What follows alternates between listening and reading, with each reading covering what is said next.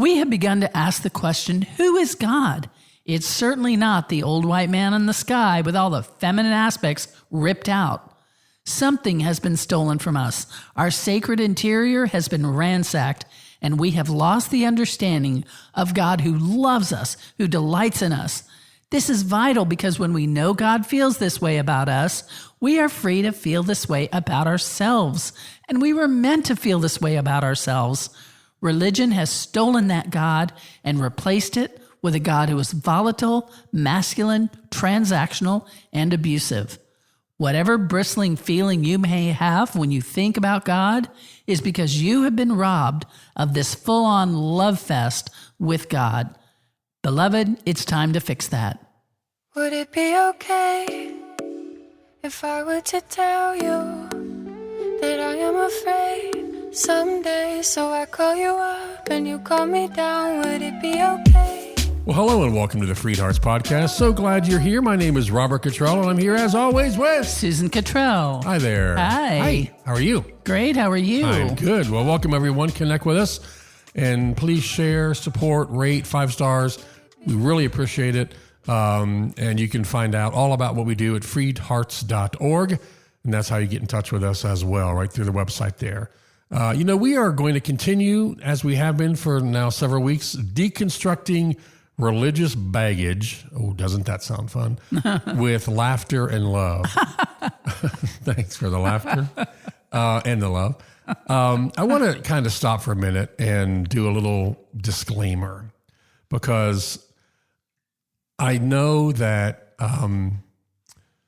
some people out there are like, oh, you're not even Christian anymore. Or I don't want to, it's scary to deconstruct my faith and all this. I want to reassure you, beloved, that this process has brought us closer to Jesus. We feel like we know God, the divine, the universe more. We're more like Jesus than we ever were as part of the religious Christian church. Yes. So preach it. Yeah. So I just want your heart to be at peace. If you need to go back and listen again to episodes, do that. If you need to email us, you can do that, podcast@freedhearts.org. Just stay on the journey. And I also want to reassure you and remind you that Jesus was the OG deconstructor, the original gangster, the original God, deconstructor. Here are just some of the things that he deconstructed: sin, the law, who is God,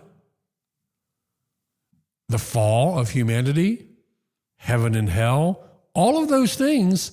Jesus, women. Right, the role of women, the role of religious leaders, all of those things Jesus deconstructed.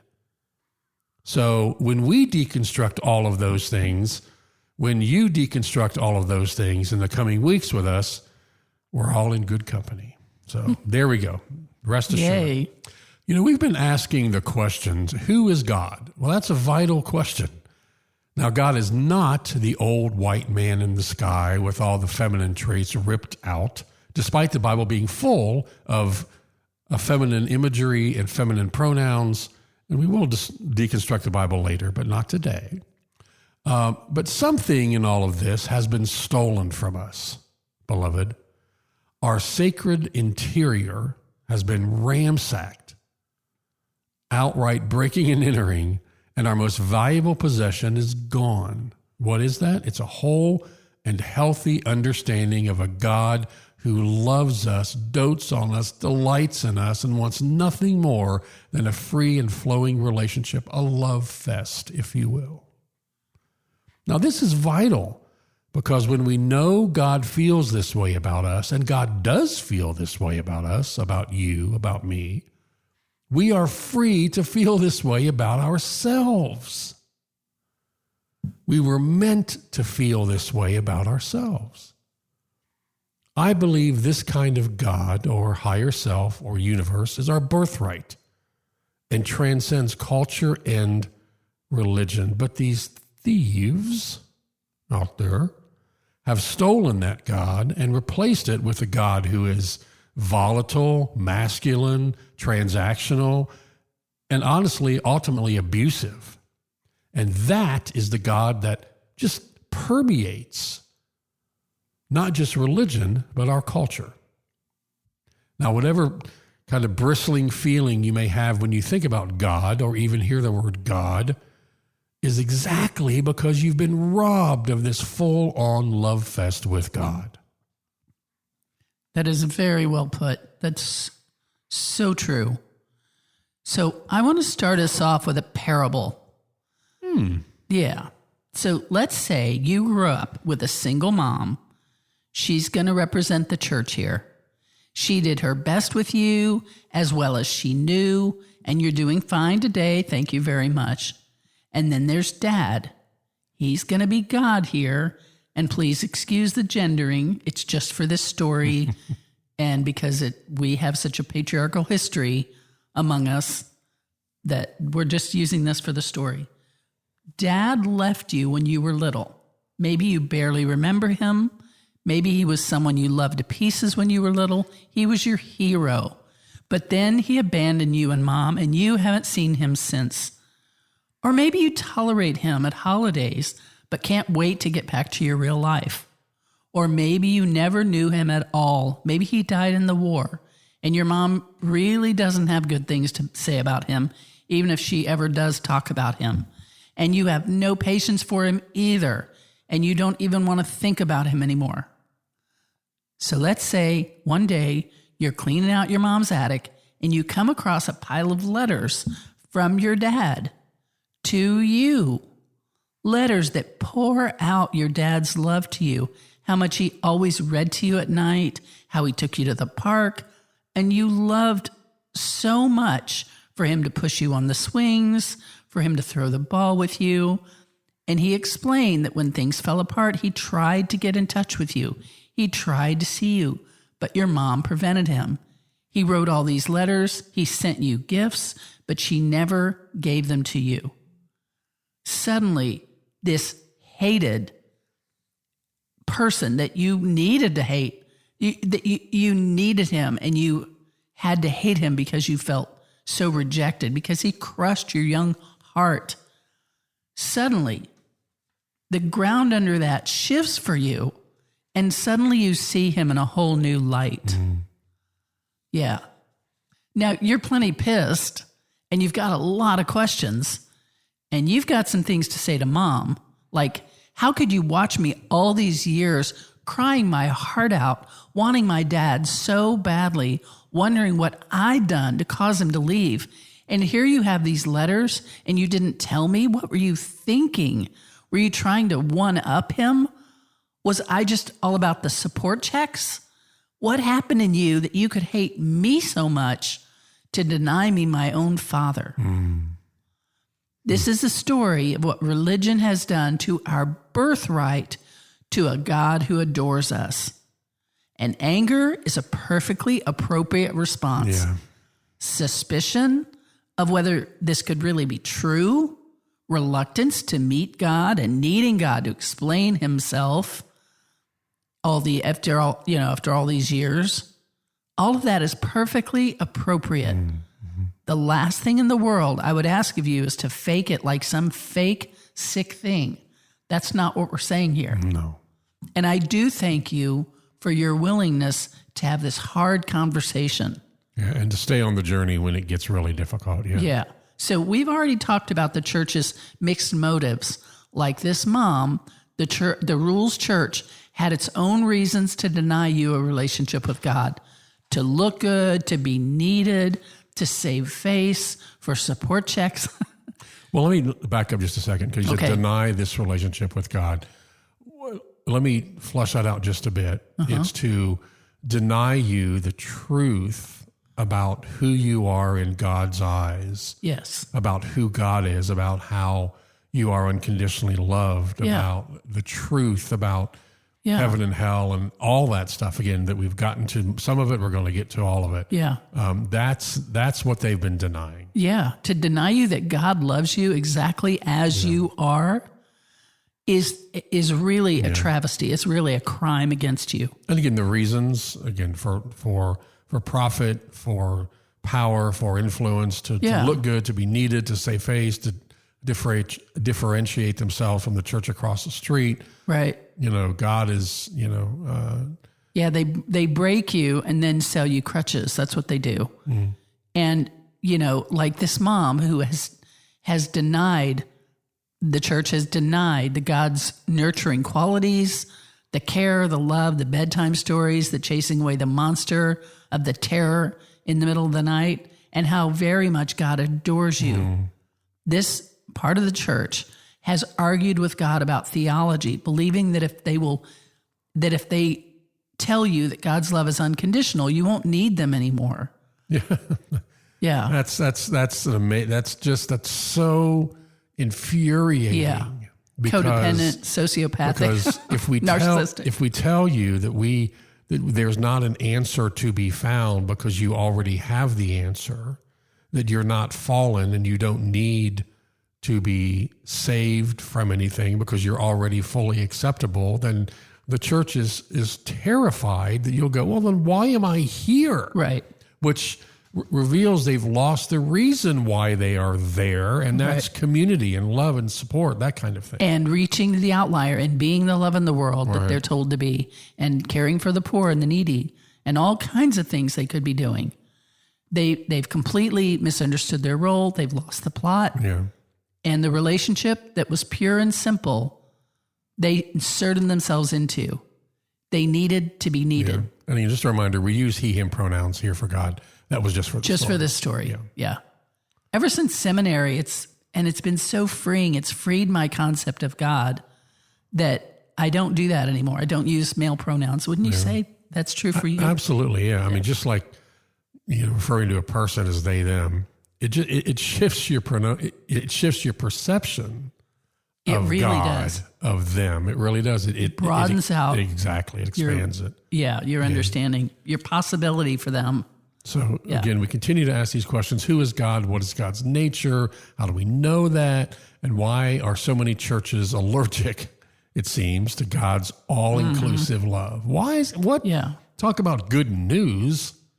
But why is that so hard? Why do they seem completely averse to that message? Yeah, to God's love. They are allergic to God's true love. That's right.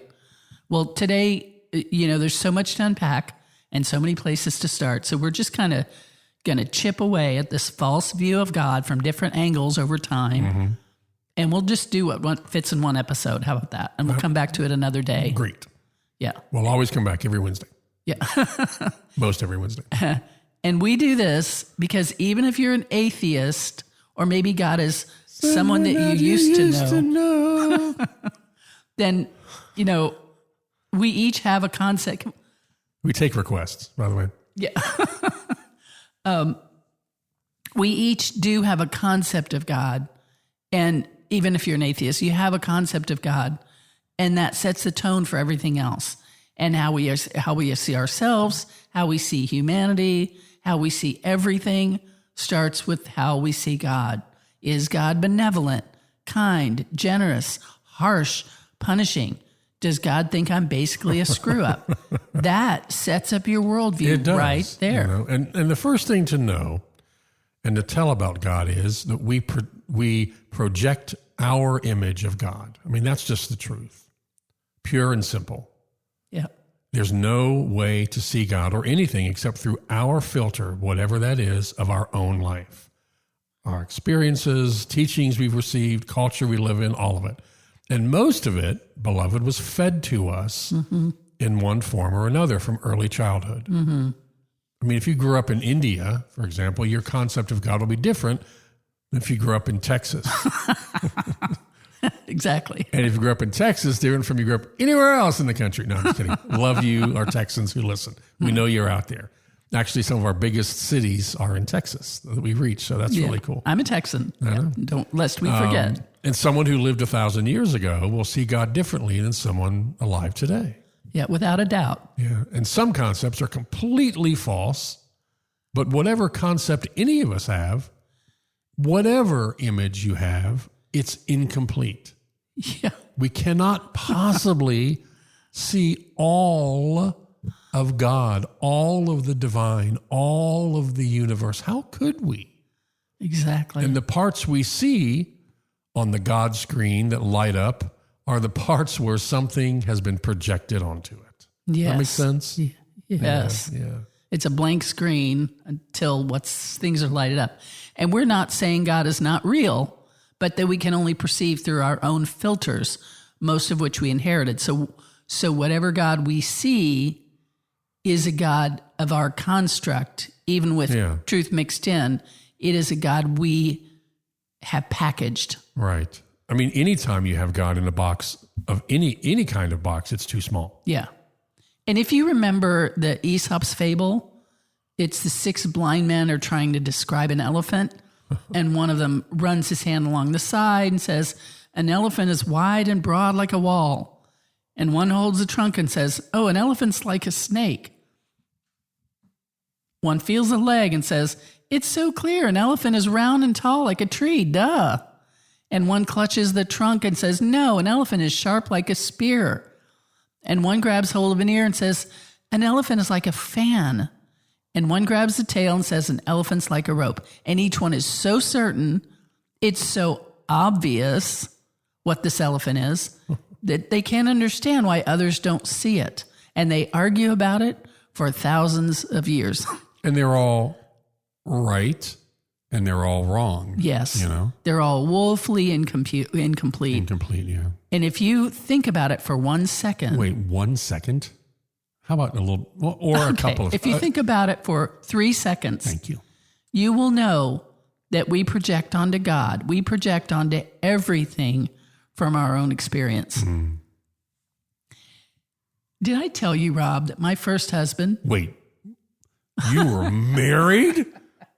Yeah, I was married for a minute before I met Mr. Wonderful. My first husband... That's me, by the way. That's you. Yeah. He would, if we disagreed about something, he would say, I'll be the objective one. Jeez. Well, it's just so funny by definition. So between the two of us, he's going to be the objective one. And isn't it true by definition that neither of us would be the objective one because we have 2 different points of view? And I feel sure actually that what he meant is he's less emotional than I am. Yeah. Or to read another way, he has less access to his emotions. And that points back to the Kohlberg scale, for those of you who are here for that less emotion equals more highly developed. Yeah. Yeah, no. No. Wrong. But we digress. So, the God who was written... Enough about him. Enough about him. What about me? The God who was written into the Bible, and we'll do more on that in a future episode, that God who was written into the Bible is a projection of the men who wrote it. Yeah, who wrote it and then edited it and then translated Yes. it and then interpreted it and then retranslated it and then more edits. It just goes on and on and on. Exactly. And not even, yeah. So, okay. And all of that came through human filters. It was not handed down on stone tablets written by the finger of God. And all of God's judgment that people interpreted was handed down. Mm-hmm. And that is no way to live. It's not how God wants us to live. No, but it's how many of us live. Yeah. And we hear from you in emails, in comments, and the through line is, I'm afraid of God. Yeah. I mean, the common concern that we hear a lot boils down to this: will God still love me if I'm gay, if I'm pansexual, if I'm transgender, if I marry my partner, if I go to my kid's wedding? Will God still love me? Well, the answer is yes. But it's infuriating to me and hurts my heart that we even have to ask. Yes. That reveals a huge gap, a huge falsehood, a huge lie from the church that we even wonder if. Yeah. You know, when Jesus was he said to the religious leaders, he said, you scour the earth trying to find a convert. And when you do, you make them twice as fit for Gehenna, the burning dump outside, as you are yourselves. Which is kind of like trash. You make them farther, way farther apart from me than when they started out seeking. And that's what the conservative, evangelical, religious, judgmental religion has done. Yeah. They've made you way farther from God in your heart.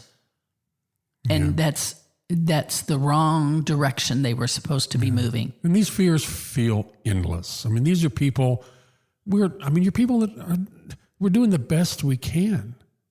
And underneath it, all of this is fear that maybe it's just not good enough. Yeah. And God's going to be angry. And God will be angry. Yeah. And hate us. Right. And why are we so far from the experience that Jesus talked about of climbing up into God's lap and saying, Dada, Papa? Because he could suddenly fly off the handle. This toxic made God construct we've internalized, this God concept that is taught way too often, is taught way too often in way too many churches. And we've internalized that. And we're taught that we have to protect ourselves, that we have to protect God from our yuckiness. What? That crazy thing about God can't look on your unrighteous, so God doesn't see you. God sees Jesus through you or instead of you or whatever it is. What? That's not fun. That's not satisfying. Is that supposed to be a gift? It's like you, Rob, saying, Susan, I think you're kind of gross, but it's okay. When we have sex, I'm going to think of Jennifer down the street. Yeah. And I'll say, well, I think I'll pass.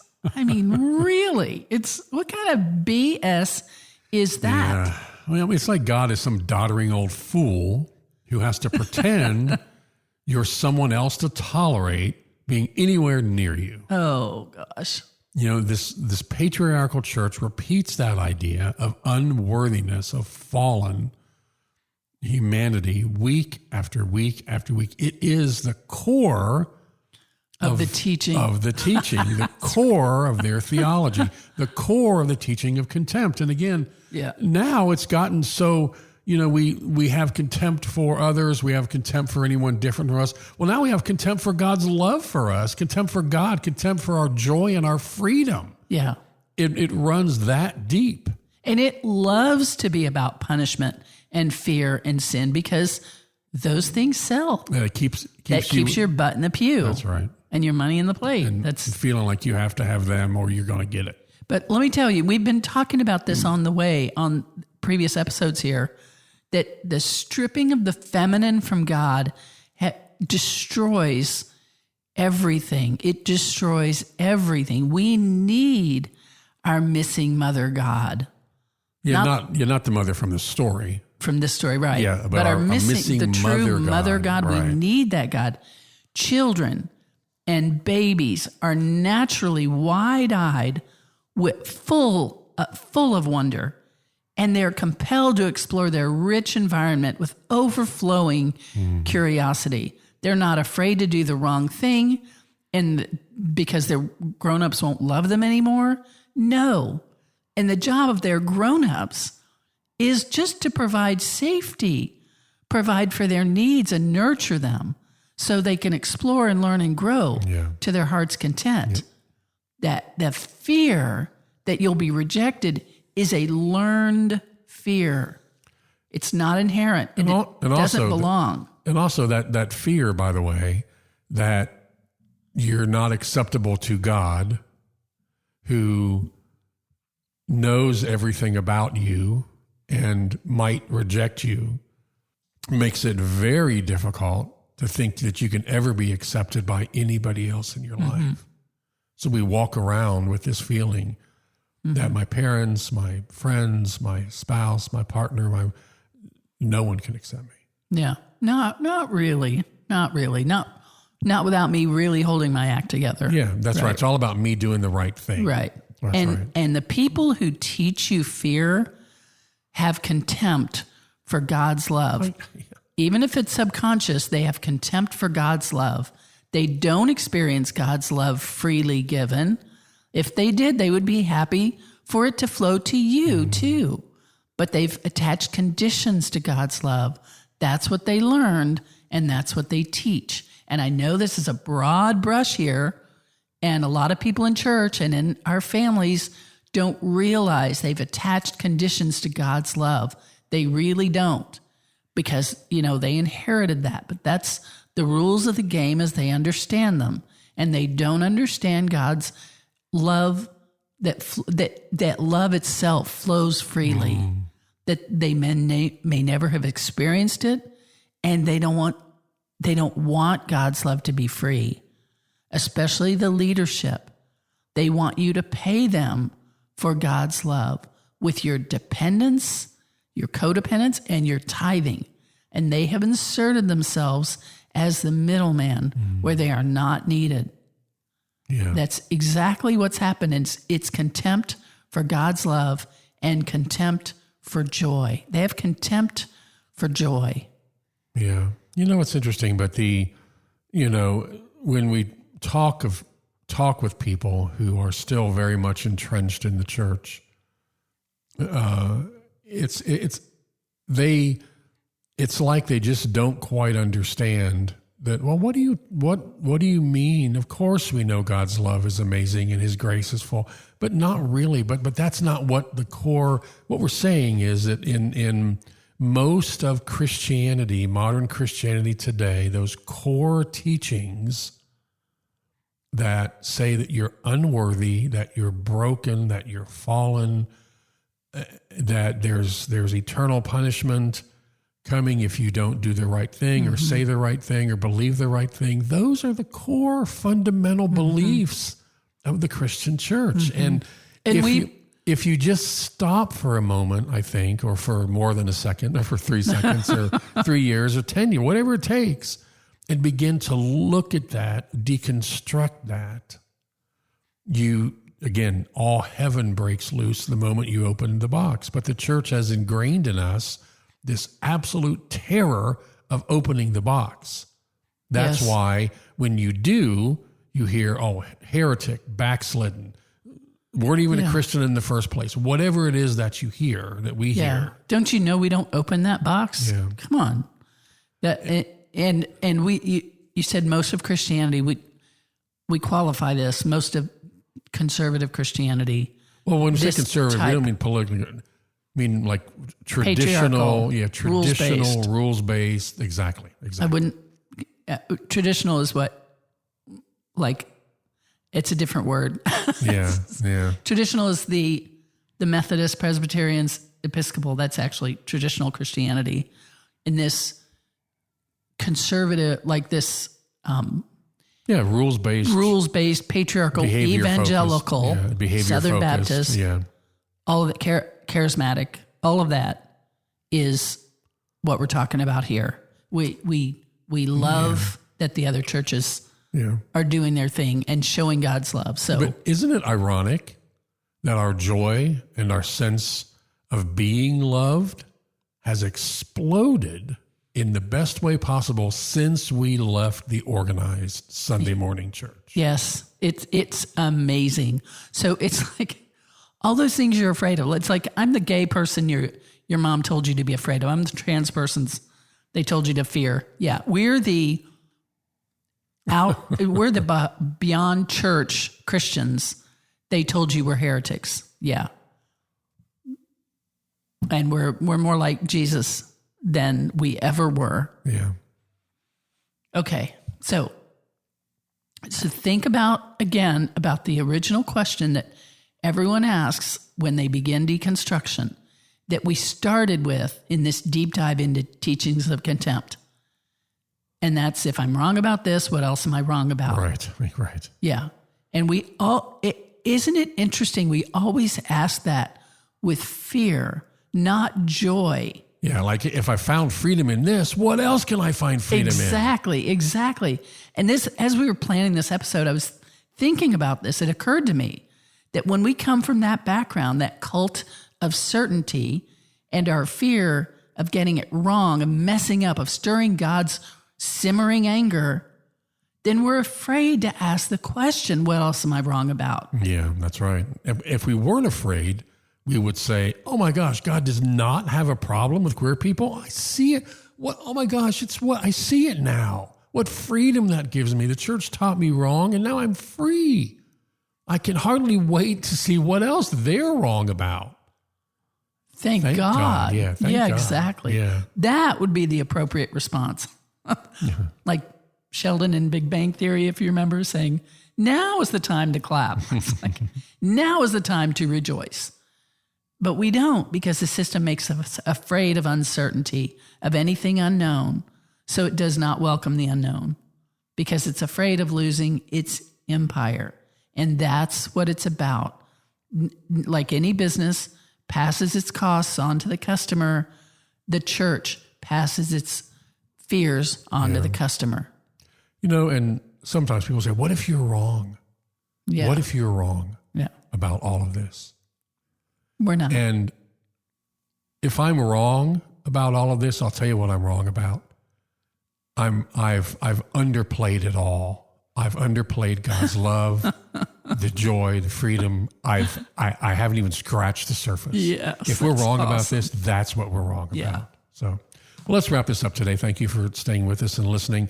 Think of all the ways your joy has been stolen from you and replaced with fear. Think of how your sense of wonder has been replaced with a veneer of certainty.